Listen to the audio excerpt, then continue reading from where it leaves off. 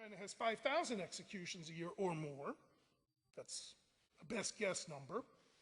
And China has another problem. It doesn't have any cadaver organ system whatsoever for cultural reasons. Whatever the reasons, and whether they're valid or whether they can be overcome, the fact is China does not have... China. Remember I told you China has 5,000 executions a year or more. That's a best guess number. And China has another problem. It doesn't have any cadaver organ system whatsoever for cultural reasons. Whatever the reasons, and whether they're valid or whether they can be overcome, the fact is China does not have any system for getting organs from cadavers. However, it has a huge internal demand. Believe it or not, some estimates are that as many as 1 million people in China could benefit from a transplant. There's a big business in China in transplant tourism. Chinese hospitals are all over the internet saying, come here and we can get you a liver transplant within weeks if you'll pay a high fee.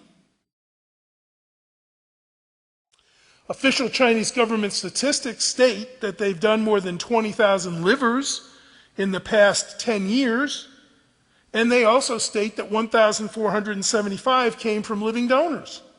I've told you they don't have a cadaver system, and they got 1,400 and something living donors. Even I, with dim logic powers, can make the conclusion that they got to be getting them somewhere else, and where they're getting them is executed prisoners. Only possible source is executed prisoners.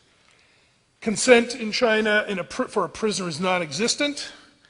Death itself, the execution, is timed for the convenience of the waiting recipient, particularly that transplant tourist. If you're going to go to China and you're going to get a liver transplant during the 3 weeks you are there, then that means someone is going to go schedule an execution, blood type and tissue type the potential executee, and have them ready to go before you need to leave. I mean, you're not going to get a 3-week wait time just waiting for somebody to die randomly in prison that matches your biology. You have to go find them and kill them while the tourist is there. So that's killing on demand. And remember I said the one place that has modified its mode of execution is China. So you are shot as the prisoner, having been pre-typed for your blood type and tissue type, and then organs are removed on the spot. And the reason that can be done is it's all handled by the military. It's a prison. But in China, the military operates the prisons, and they don't worry too much about witnessing the removal of the organs, and most of the people involved in the organ procurement are military docs. But with the military in charge of the prison system, and with the military able to bring to bear the medical tools and expertise to get it done, they can do something that wouldn't ever work in the US. Well, just recently, the Chinese Vice Minister of Health said that, in fact, they are using prisoners. I'm always asked, well, how do you know? How do you know? Aside from an inference, well, just before this talk, a couple days ago, he came out and said so. And there was a report from the Vice Minister of Health that disclosed that they have a plan. They're going to establish an organ transplant response system, meaning a cadaver system like we have here, with donor cards and getting organs from people, in order to increase public credibility and law enforcement concerning China's organ transplant system. And what he said was, the organ shortage is the bottleneck in the development of Chinese organ transplantation. Because they don't have voluntary cadaver donations by citizens, executed prisoners have become the main source of organs in transplant operations in China. That's the admission. There it is. So we know what they're doing. He planned to form an organ donation that fits China's own domestic situation. I mean, that's probably getting after the cultural obstacles that are faced in trying to encourage cadaver donation. And he said the present situation of relying on executed prisoners will be changed in the next 3 to 5 years. Well, I think the present system of relying on executed prisoners ought to be changed in the next 3 to 5 minutes. They shouldn't be putting up with 5 more years of executing prisoners on demand for transplant tourists. Why? Well, in China, the fact is that prisoners are there sometimes for crimes, sometimes for political reasons, sometimes for spiritual reasons, like Falun Gong, sometimes because they are Tibetans or other groups that are looking to secede. The list of reasons why you get on a capital crimes list in China is pretty long, and it wouldn't pass muster with too many human rights groups. So when we say you're going to kill prisoners, remember what we're talking about is political dissidents, spiritual dissidents, people who've committed petty crime, people who in no way would meet any of the descriptions of a Christopher Longo, whether he should or shouldn't be executed here.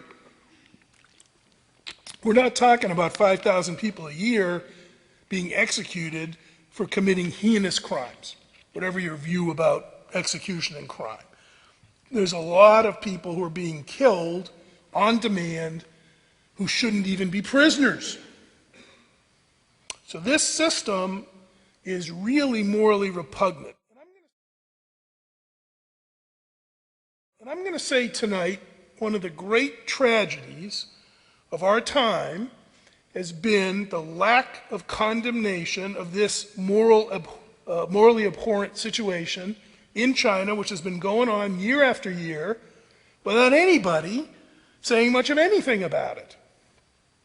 Murdering people for their parts, without consent, some of whom don't belong there, for sure in the prisons, in barbaric ways, is one of the worst practices out there in the whole field of transplantation.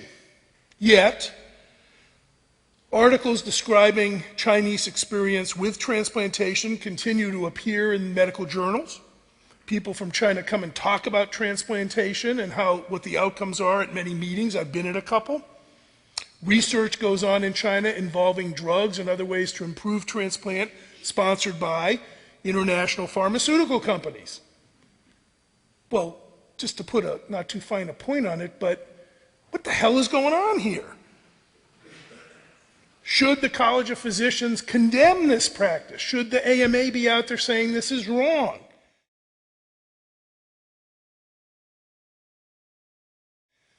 Sometime last year, I asked in The Lancet for a boycott of any articles about transplantation that came from China or any other country that is executing prisoners on demand for parts. Some other journals have come on board: the American Journal of Transplant, the American Journal of Bioethics, Transplantation Proceedings, Journal of Clinical Investigation. But there's been a kind of silence from other major journals and medical and scientific organizations. And I kind of know why. People don't want to offend China. They don't want to get in the face of the Chinese government right now. China, for many reasons, is a place that we want to encourage to enter the international community, not call them out for being involved in crimes against humanity. But they are. And waiting 5 years, if then, to see a cadaver system instituted in China, given this barbarity of how the organs are being obtained now, is 5 years too long. China.